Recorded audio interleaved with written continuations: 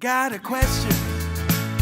Ask Tom on Home Show Radio. This is Home Show Radio live on Facebook and YouTube. Your questions, Tom's answers.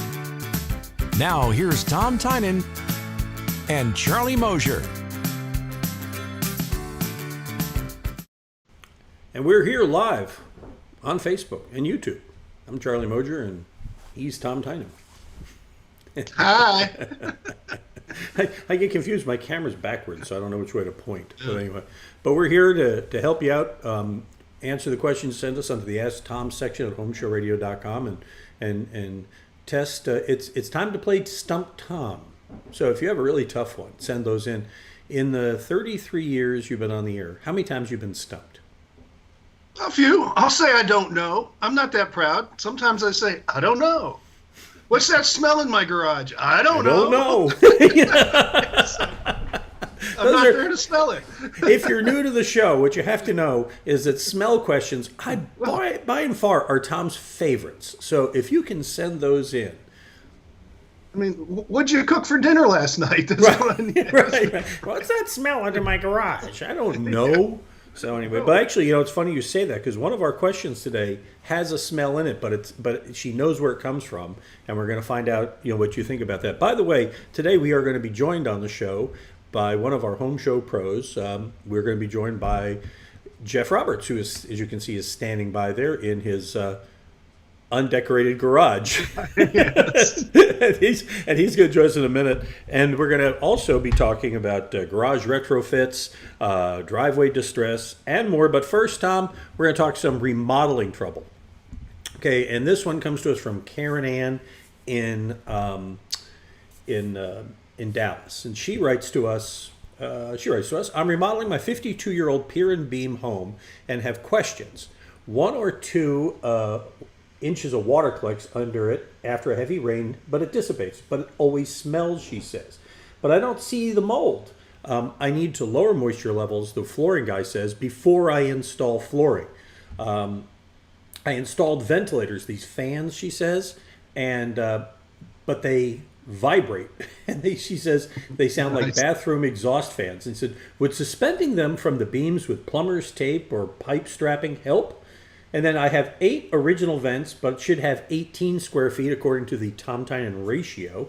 And how do I increase that? And once moisture is fixed, should I put wood flooring over what's there, or would you recommend engineered or solid wood with wax? And does length of the boards matter? She's got a lot of questions, Tom. Yeah, I don't know where to start with this. And what about a felt underlayment? Huh?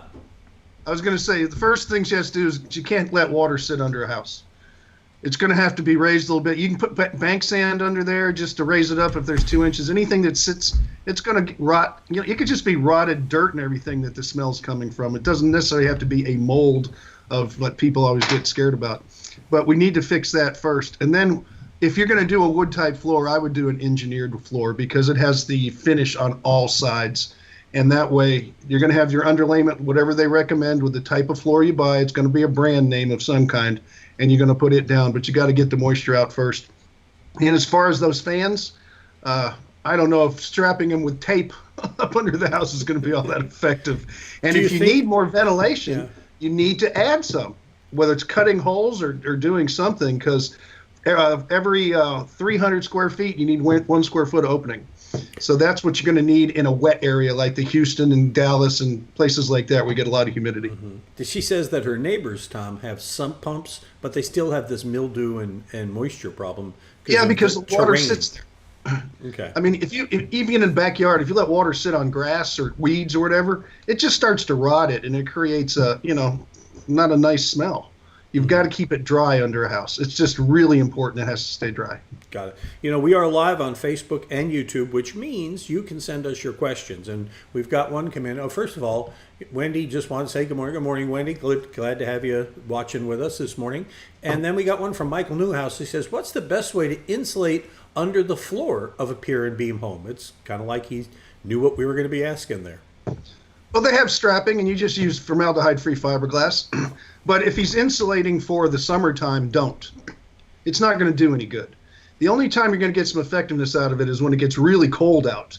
and you're trying to heat your house and your feet are cold or uncomfortable. But quite frankly, I wouldn't insulate under a house like that if it was in this part of the country, down here in Houston especially, because there's no heat gain underneath.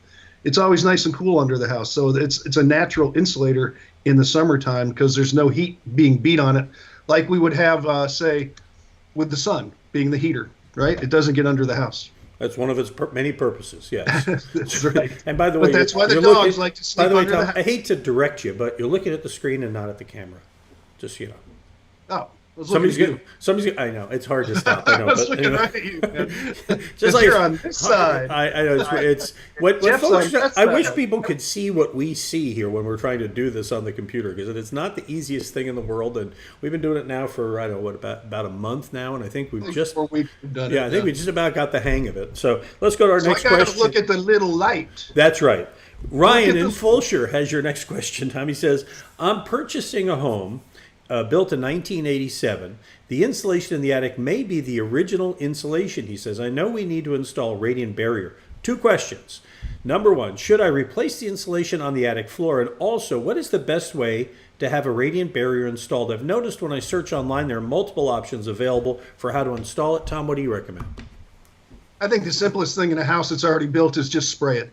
Just get the paint. The Heat Block Ultra would be one I can recommend, and just have some go up and spray the underside of the roof deck. It's quick, it's fast, you get full coverage, and you get almost immediate payoff because it works as soon as it starts to dry. So that's the best thing to do there. It's going to help a lot. As far as the insulation, I don't think you have to remove it.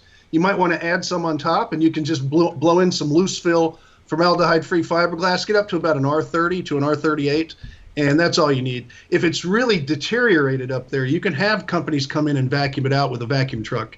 But that's if you have a problem with it just dusting all over and it becomes nothing more than dust up there. If it's still got its body to it, and it could be fiberglass up there, just leave it. But put some more on top. Mm-hmm.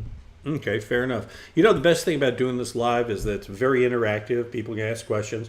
And I know one of the things you always say when we're doing these Ask Tom things is you wish there was a way that you could ask a question or get a follow-up from the people who write to us. Well, Michael has done just that. You asked his question a minute ago, and he says he had asked about how to insulate under his pier and beam, but then he wants to know, the foam insulation under the house is no good, is what he wants to know.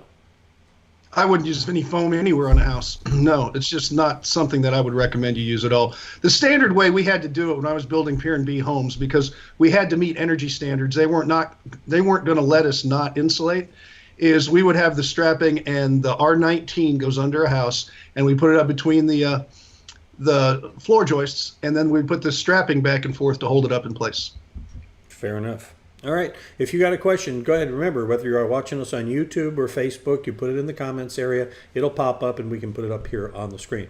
Next question, Tom, comes from Stanley in Clear Lake. He says, I had my annual AC inspection by a new company, and contrary to previous inspections, the new company recommended raising the ductwork off the rafters by hanging them from joists, installing a hard start kit, and changing the evaporator coil, because you're going to like this one. Since it is marked for R22 and the condenser is marked for R410A. The systems work fine with no issues and no condensation noticed in the attic space. Any suggestions here worth pursuing, Tom? Well, with the ductwork, he says hanging it from the joist and not the rafters. You would hang it from the rafters. That's how you hang ductwork, because the rafters are above the joist. So that might have been a little backwards on his question. But the fact of the matter is, most of it, as long as it's straight and not kinked and have all kinds of bends and stuff in it, it's fine, whether it's on the floor of the attic or it's hung. The reason people hang it is because on the floor, they're afraid that somebody's going to walk through the attic and crush it, just step on it by accident. So that's why you try to get it up off the floor in new construction. But if it's working fine, I wouldn't do anything with it at all. Just don't step on it. That's all you got to remember. As far as your evaporator coils go, you can run R22 or R410A in all of them. There's not a special one for 22. There's not a special one for 410. That's a condensing unit outside. Those have to be special because our 410A, it runs at a higher pressure than the 22. But as far as the evaporator coil goes, if it's not leaking, don't change it. I didn't know you could mix and match on that. On evaporator coils, they run either high pressure, low pressure. Doesn't make any difference. Just a matter of how they configure it and Yeah. make it work. Now, if you're going to keep it and you're going to change refrigerants, they'll have to purge it with a nitrogen to clean it out, so you can put the new refrigerant in if that's what you're doing. But in this case, I don't think he's doing that. It sounds like he's running an R410A in the condensing unit, and the evaporator coil's working just fine. Fair enough. All right. Let's get our next question. Next question, or last question, really, this morning before we get to Jeff Roberts, our special guest with Trifection.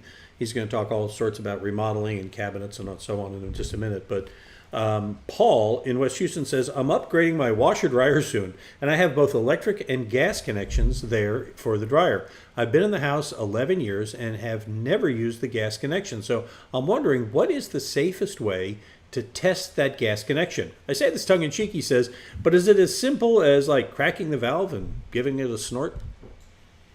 No. No. Okay. I just got to say this before you get in your answer. This is why Tom is here. Okay? Because we care about you. That's right. Tom knows. Nobody knows more about gas than Tom. So go ahead, Tom. Yes. If the valve's going to have, it's got a little ball valve that goes in direction to open and then goes perpendicular to close. If it's not been used and it's not leaking, I'm sure it's fine. Just hook it up and turn it on, and I think everything is going to be dandy. I can't see it not working. But as far as just turning it on to see if you have gas in there and snorting it or lighting a match or something like that, don't do that. Unless, now the only condition under which you can do that is if you first say before doing it to whoever's in the room, here, hold my beer. Yeah, no kidding. Then you're good to go. Hold the bottle of whiskey. All right. Okay. So before we get to Jeff, Michael has come back with another question. He and he's funny. He says he's sorry to continue on this. He says, is Tom opposed to use of spray foam in homes completely? It seemed like a possible great option for under the house. Many people with pier and beam hose have told me that hanging rolled fiberglass with straps is not very effective and is open to pests and easily sag and get soaked and mildewy. Tom? Well, it's the way it's always been done, and if it's done right, it's going to be fine. If you're worried about pests under the house and you've got rats and stuff, then you're going to use a 2-inch poultry wire and just put a poultry wire across the whole bottom of the joist, and that would go for any reason. You just don't want the rats in your house. So that would be one thing you could do to keep pests out of there, and that's pretty standard. But hopefully you don't have a rodent problem under your house. That's not a good thing to have. I can't think of a good place to have a rodent problem. It's not a good place to have that problem. All right, so Michael, I hope that helps you out. Just make sure when you put it up, I guess, Tom, the key is to make sure that you've put it up securely so that it's well fastened and all that. Yeah, it's just standard practice to do it that way. And again, I'm going back to the mere fact that I wouldn't do it at all. I would just let the house breathe really well and stay nice and dry under the house, and that house will last forever. And if you have a problem with cold in the wintertime and you're sensitive, get some big slippers and just put them on your feet. Socks, and if you slippers. do want to insulate under 1 or 2 rooms, I would say the master bathroom, you can insulate real well under there, because that is truly the one place you're naked even in the wintertime. So that might make it more comfortable in the bathroom. We've learned so much about Tom at home today, boys and girls. Well, I do get naked in the bathroom. I use Jeff Roberts' shower. It's the only room. That's right. And he's in his Jeff Roberts shower. I got Jeff Roberts from Trifection. Right. Jeff Roberts' bathroom. Well, let me just tell folks about Jeff Roberts. He's one of our Home Show Pros, and if you're looking for him, you go to our website and you dial down to our Home Show Pros, and there's Trifection. We'll go ahead and click on that and open their page. And when you go there, there's a little video by Tom and a way to contact them and their phone number and all that. Or you can just do what we do, is call them on the phone and say, good morning, Jeff. Good morning, guys. Morning. It's good to have you with us here. We just have a whole bunch of questions about remodeling, and so we reached out to have you on the show this morning and ask you those questions. Hopefully I can answer them. I mean, Trifection does a whole bunch. I mean, you not only do kitchens and baths, you're doing like whole home remodeling, right? Right. Room additions and pretty much anything except for swimming pools. And as you can see in the background, Jeff is a guy who keeps his opinions to himself. Let's see. What do you mean by that? Well, I'm saying, he's a he's from Texas. He's an Aggie. He's an Astros fan, though that sign is kind of on the edge. It's right over by the trash can. Let me turn it that way. No, there you go. And then you got the red, white, and blue. I like the ducks hanging there. I want to believe those are decoys, right? Those aren't Those are decoys. per se. Okay, great. The All dead right. ducks behind the flags. Okay, fair enough. All right, PETA will be on with us later today to discuss hunting. Our first question for you, Jeff, comes from Eric in Upper Kirby. He says, we just got a bid to redo the face doors of all the cabinets in our kitchen and living room. And he says, I think it would be cheaper to replace them. What's your opinion? When he says redo the face doors, I'm not sure if he's talking about refinish them or change them out like a refacing job, but either way, if the question is about cheap, refinishing would be cheaper than refacing, definitely. But that doesn't have anything to do with what it's going to look like when you're done. I mean, if you want the best, refinishing, and I don't know if these doors are painted or stained either. So there's different processes that go into refinishing a painted door versus refinishing a stained door. But if the question is cheaper, yeah, you could just cheaply refinish them. Not sure how they're going to turn out. Every door is different. There's oil and woods that are old, and it's just hard to refinish fronts. The best would be to reface. Yeah, there's no doubt. And if it's a plywood door or something like that, and they start sanding on it, they're going to go right through that veneer, and then the door will be history anyway. That's why I think, Jeff, they do want to just spiff up their kitchen. They'll just paint all the cabinets. That's the cheapest thing to do. Put a nice enamel coat finish on there and a white paint, whatever. And it's quick, it's fast, it's easy. It's not the super quality of the kind of things you do, but it's going to be the cheapest. So you got to do it again and again. Yeah. Once in a while you do, but it's the cheapest and the quickest. That's it. Yep. Well, I will tell you this about that. Jeff did our cabinets in our kitchen, and he did this really nice faux finish paint job on ours. And it has been, how long has it been since it's been 4 or 5 years since you did that kitchen. And it looks as good today as the day it was done and just holds up really well. So I'm a big fan of your paint shop. When they came and they did it. Thank you, Charlie. What you need to know is that when they do these cabinets, they do a lot of it off-site, and then they bring it to the house. And in our case, they had to shoot all those doors remotely while they shot the cabinets, and it came out beautifully. So thank you for making our house look so nice. But you have ignited a little controversy here because Darren wrote in to say gig 'em when he saw your flag in the background. but then Carolyn McCauley writes in, she loves the flags, but you need to change the Aggie one out. Nice. So, all right. Things that are important to people in Texas. That's exactly right. All right. Jeff, our next question for you comes from Tom in Glen Rose, Texas. He says he's getting ready to remodel a master bathroom and then the kitchen. What material would you recommend for the countertops? He says he'd prefer something that's low maintenance. So, low maintenance. Okay, maintenance, first of all, with countertops has a lot to do with how you abuse the countertop. Regardless of what kind of material you use, if you don't care for it properly or if you abuse it, you're going to have maintenance. Now, I prefer natural stone, particularly granite. That's my favorite. It doesn't have maintenance if you get a good quality stone and a good quality seal on the stone when it's installed and you don't abuse it. There's lots of quartz products out there, man-made quartz products, that they don't have maintenance either unless you abuse them. But there are things you can do to them to cause them to need maintenance or repair. Even culture marble, and again, we might be talking about different types of budgets here, right?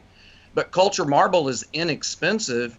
And if you don't abuse it, 10, 15, 20 years, we take laminate countertops out of homes 40, 50 years old that looks brand new because the people knew how to take care of it, okay?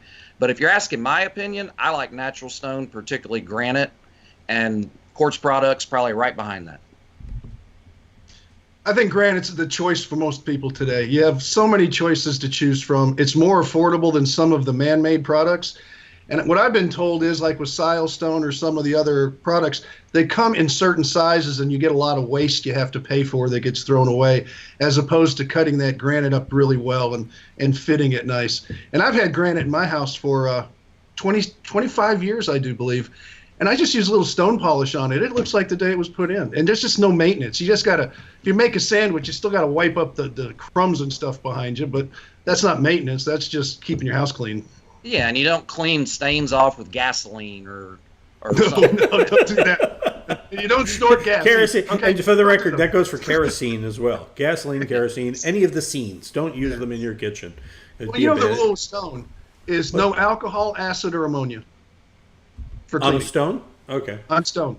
That's for all stones, marble, especially marble and stuff, but because that's not near as durable as granite. But that's those three things you try to avoid.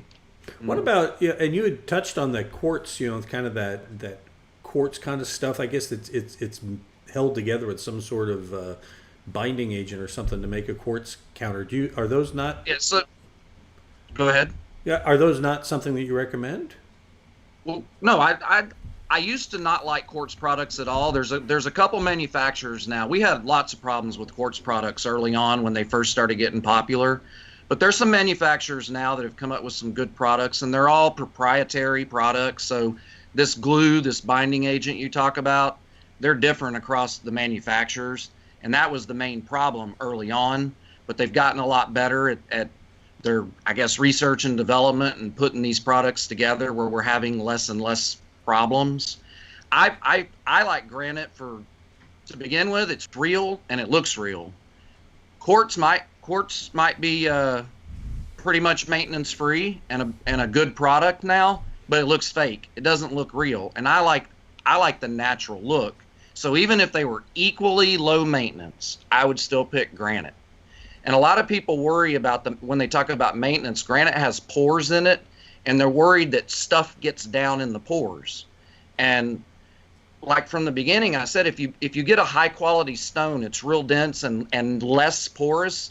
And if the sealer is done properly, nothing gets in those pores. And if you use the right cleaning agents, you don't hurt the sealer. And therefore, it's pretty much just clean it, soap and water, maintenance free. And that's it. All right. Our next question comes from George in Rosenberg. He says, I'm considering hiring I've redacted his name here. By the way, hang on. Before I get to that, Jeff, I see comments coming in here. Wendy's got a question for us, and I want to get you up for this one here.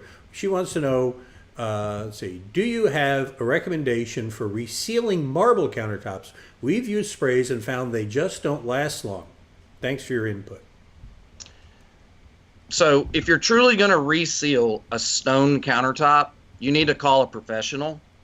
It kind of depends on how bad it is, how hard the process is going to be, but you got to go in, you got to strip the sealer off, and you got to do it right if you're truly going to reseal it. Now, there are products that you can buy at Home Depot and stone stores that you can use to revitalize the sealer that you have, but to truly reseal your stone countertops, you need to call a professional. Fair enough. All right, George in Rosenberg has been waiting patiently for me to finish reading his question. He says, I am considering hiring, and like I said, I redacted the name of the contractor here, to do a kitchen and dining area remodel. The guy seemed knowledgeable enough, he says, and gave me a few good ideas about design and materials. The original price he gave me was $45,000, or as they taught me in broadcast school, $45,000 for the job. But he reduced it to $35,000. When I talked to him yesterday, I wanted to change my plans to reduce costs. He agreed to $30,000, but would go no further. How do I determine, Jeff, if he's a reputable contractor? He has an A+ BBB rating, but I don't know what that means. Why did he drop the price so much? Hey, have you ever seen Therein lies the rub, right there, right? Have you ever seen the movie Tin Man or Yes. 10 Men? Yes. Okay, that's what this reminds me of. I mean, back in the old days, these sales guys would come in, and I'm sure there's still some of them around now, and they would just shoot a price out as high as they could, and no matter what the scope of the work was or what, I mean, it was just try to get the job at whatever price they could get it, and they would drop and drop and drop with no real rationalization for why. And to me, that's a huge red flag if somebody's just, oh, I'll take this, oh, I'll take that. Well, why didn't you give me that price the first time? So in the way you find a reputable company is, first of all, I guess in this day and time, read reviews online. That would be a good way. Just because A+ BBB rating is there, we have that, and it means something to us. But I can tell you that there are companies that have A+ ratings with the BBB that I don't know how they got them. So take that for what it's worth. Talk to friends, get references from friends, go see jobs that they've done. Look and see if they're members of any other organizations like the GHBA or the Remodelers Council. There's lots of other organizations that reputable contractors not only are in, but network together and help each other. So I think references and just checking them out hard, probably the best advice I could give. Yeah, I just want to make a very simple, straightforward comment. If he started out at $45,000, he went down to $30,000. He was trying to steal $15,000 from these people. So why would you deal with a crook that's trying to steal $15,000 out of your pocket? It's Just as simple saying. as that. Just saying. As simple as that. Can you unredact the name of that company for me, please? Unredact. No, you'd have to go to the you'd have to go to the DOJ for me to unmask his name. So Especially no, I'm after my afraid. comments. You can't. You can't do that. No. But But the point is there, Jeff. Is that the BBB rating, it's an indicator, but it's not a good measurement. I mean, you just Tom. What are the things you've always said here, Tom? There are 4 or 5 things you always tell people to do when you're checking out a company. Well, there is. First off, you want a certificate of insurance mailed to you just to make sure that they're in compliance with that. And number 2 is you want to make sure they have a business, a phone, and an address, or not working out of their house. That's really important because you want to go somewhere to scream at somebody, and if you can't find them, it's too bad. They're long gone. The other thing is I like to ask about their bank. If they're in business as a company, and I used to have my vice president of the bank at Sterling Bank, I would have people call him and just say, hey, is Tynan Construction in good standing with your bank? How long has he been there? They're not going to tell you your bank balance, but they're going to say, oh, yeah, we work with him all the time. He's been real good. And the other thing is I like to find out where people buy their materials. Like if a lot of materials is lumber, call the accounts payable department at that place and make sure they're paying their bills on time. It's simple things like that. And, of course, references and that kind of thing is always important, and go see their work. But when you get someone to come in and just say, hey, we'll knock off $15,000. They're just trying to steal money. They don't know what they're doing. It's a little extra work, but you think about it. I mean, I had no worries with our kitchen. I knew where to find Jeff, and I'd seen his work. But if you don't know somebody, you do the extra work because you're going to be living with what they do for a long time. If you ask them for the information I just mentioned, mm-hmm. they'll say, "Oh, we'll get back to you." They'll never see them again. It's a good filtering. You don't have it's to a good do filtering anything. mechanism. Yeah, exactly. Fair enough. Sure. All right. Well, Jeff, what's going on these days? Trifection. What's new with you guys? Any projects you're particularly excited about that you're working on? I've got one real fun one in Galveston. We're doing we're resiting a beach house that was built right after Hurricane Ike, and I don't even know how it ever passed inspections at all. I mean, it is nuts. There's no house wrap. It's OSB sheathing. They used H channel for the vertical joints between 4x8 Hardy sheets that just turned into a gutter and ran all the water inside of the OSB. It's a big mess. It's a big challenge. So that's one of the fun things I'm dealing with now. But we're getting calls, people, I guess, sitting home, finding things, noticing things they want to get done. I have a feeling we're going to start getting a lot of calls for home offices and home gyms. Because Probably Even in though I that think order. yeah, probably so. I mean, things are going to get better, and they're going to get more normal. But I think to some degree, some of this is going to stick around, and home offices are going to be a big thing. Well, unless you're Tom, then it's a home studio. True. Well, those Just two, like Tom, we can do that. We can do that too. Okay. I got By it. the I've way, already done that. Mike, you remember Michael who was asking about the insulation stuff, Jeff? He's got one for you, by the way, and something you're going to want to get to because you're a good Aggie, and I know that you respect the red, white, and blue. He says, like the U.S. flag, the Texas flag, when hung vertically, should have the top white to the left. He says you're hanging your Camera flag flips backwards. it. Oh, is that right? Okay. Yeah. Well, Yeah, lean back think a about minute. it. Lean back a Turn second. yourself around and look. It's left. No, it's actually... He's right. No, Yeah. actually, you know what? It is flipped around. He's right. He's right. I was going to say, because I had you lean back as making sure the logo on your shirt wasn't backward, too. So there it is. Oh, look at this. Jeff is a man of action. Michael, you have made this a better... Wait, Okay. what's that? What's that behind the Texas flag? Hold on a That minute, was Jeff. just ducks. No, there's another thing behind the Texas flag. What is that? That was a Dale Jr. flag Okay, there you go. And they're going to get started with this weekend or next weekend? this weekend, Yeah, buddy. So, but he's not driving anymore, so yeah, well, but the roundy cars will start up again this weekend. they will. Longest left turn in America. All right. That is Jeff. Thanks so much for being with us this morning. We appreciate it. Of course, he is one of our home show pros. If you want to find him, go to HomeShowRadio.com, scroll down to where you see all our home show pros gathered for you, and click on his button right there on the home page. It'll take you to the page for Trifection. You can go to their website from there. You can call him. You can contact him. You can do any blessed thing you feel like doing. Jeff, thanks for being with us this morning. All right, thanks for having Thanks, me. Jeff. All right. Yep. Now we get together and we do this every Thursday at 8:45. Me and Tom, we get to go. That's a wrong shot. There you go. It wouldn't be a broadcast if I didn't hit the wrong button at least once here. So anyway, me and Tom get together every Thursday, but Tom is on the air all weekend for you too. That's right. Saturday 9 to 12, Sunday 8 to 11, and like I said several times today while we were doing our videos and stuff, I can give you a more complete answer if you call me, because I'll have questions and we can go back and forth a little bit. So if it gets real difficult, I'll try my best when we just do something like this. But I really do like the participation if you want to call the show. And it doesn't take long. We won't make you sit long. We'll get you in and get you out as fast as we can. But it's on Sports Radio 610. And this weekend only, calls on the show are free. So there's no charge for calling Only? this weekend.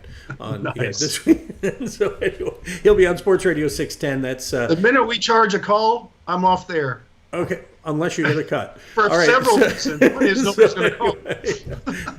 All right, so you can hear him on Sports Radio 610 or on our stream on our website. There's a little green button there that says listen, and it'll put the show on. He's on from 9 a.m. to noon Central Time, and on Saturday, and 8 a.m. to 11 a.m. Central Time on Sunday. So you can catch him there. But if you click the listen button anytime, 24 hours a day, 7 days a week, you'll hear Tom, because we have the best of Home Show Radio running when we're not feeding the live show, so you can catch that there. And also, remember, Saturday, the Home Show Garden Pros will be around, too. They'll be there 7 to 9 before answering the questions that you have about making everything green grow around your house and killing the things you don't want to grow around your house. So anyway, they'll be there to help you this weekend, and they'll tell you how to do it organically as well. So anyway, so that's it for the show this week. Thank you for being here. We'll be back again next Thursday at 8:45 right here on YouTube Live and Facebook Live for Home Show Radio.